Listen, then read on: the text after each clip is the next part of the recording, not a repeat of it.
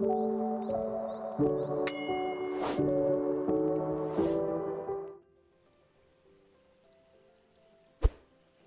you guys, welcome back for week 6. Week 6 we are going to do one of my favorite plants as we work my way through the yard. We are back in my front yard again, and I'm going to share with you blaze copperleaf. Blaze copperleaf are commonly used within my landscapes, and I'm about to tell you why.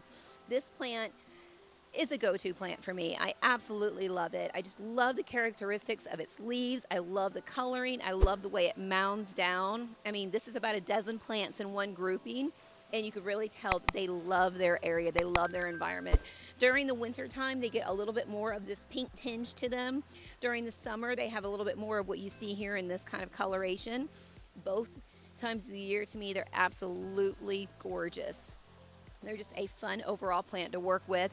And I know they're quite small when they're planted, but really they do make a fantastic backdrop to any type of landscape. So when you plant them, you definitely want to make sure that you plant them at about 3 foot apart from one another, because you can see each plant really does like to connect to the next plant. This is not a plant grouping that is ever going to be a very clean grouping where you can keep the plant individual, like an individual hosta, for instance, or individually mound. This is a plant grouping that really does need to connect to its neighboring plant.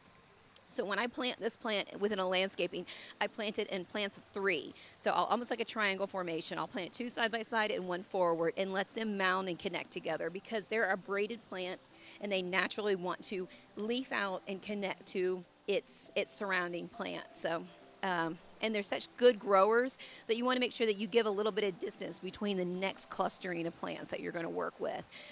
Other than that, they're tough, they're strong, they can handle our cold spells, they can handle temperatures into the low 30s, maybe even the 20s. I rarely ever cover these guys. They're just tough.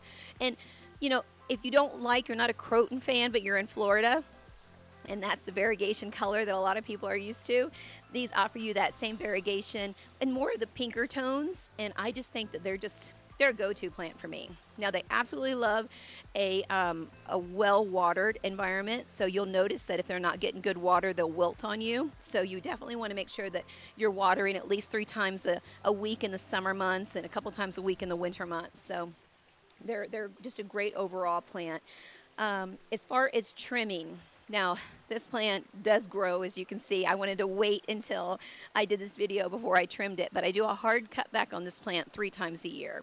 And don't worry about, you know, gaping holes or anything like that. It will flush back out no matter what kind of bad barber you are. You can trim this guy in half and it'll flush back out into a beautiful plant. So it is pretty indestructible. So all I do is, obviously, I take it off of the walkway and I just trim all of this off, all of these individual stems. I'll go in here with my big loppers and lop them all back to exactly the lines that I'm facing, and it'll mushroom back out into its natural growth pattern. So I will make sure to almost round this whole area to get it off the base of my bottle palm, and then, you know, open area around my coconut palm, and then it does a great job of just kind of enfolding back into it over the next few months. So it's a fantastic plant grouping to work with. Fertilization.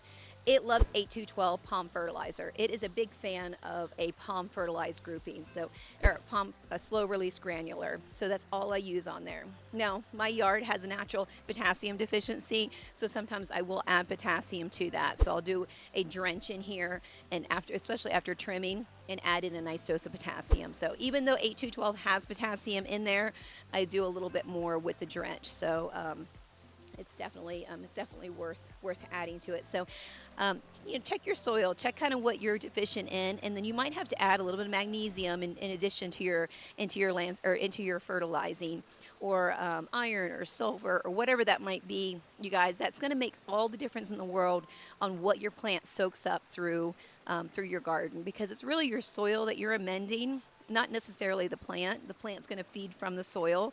So I did a video a couple years ago on soil samples and how to test your soil. I'll link it down below. I think it's really valuable to do that just so you know what kind of soil you're dealing with in your garden, because it really does. It can make you not waste a bunch of money on fertilizer, because you might just need a specific element in your garden, and then you could just buy that and then just do a overall a couple times a year a slow release fertilizer for kind of a vitamin for your plant. So, but yes, and as far as companion plants for this guy, I have a tendency to plant this with a tall grouping. So this is always going to be my front planting for the most part, and then I'll put something in the back that's either like a red copperleaf, something that I'm going to allow to get 6 or 7 foot tall, something that I'm really going to allow maybe Lucie as a backdrop, something that gives me a striking contrast from this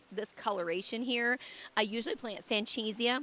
Now when I plant Sanchesia, it's usually to the front of this planting because Sanchesia max out and you maintain that around 3 foot. In this guy, I like to keep maintained around 4.5 foot. So as long as you're keeping the stair step effect. So imagine if we had Sanchesia to the front here, then you had this coloration to the back, and then to the back there we had either the bright red Louisiana copperleaves or we had dark green Colusia. That 3 alone would be phenomenal plant grouping. So, and they all love the same type of water, the same type of fertilizers, the same type of overall care. So you're maintaining everything the same way within a garden. So Blaze copperleaves are fabulous when it comes to that.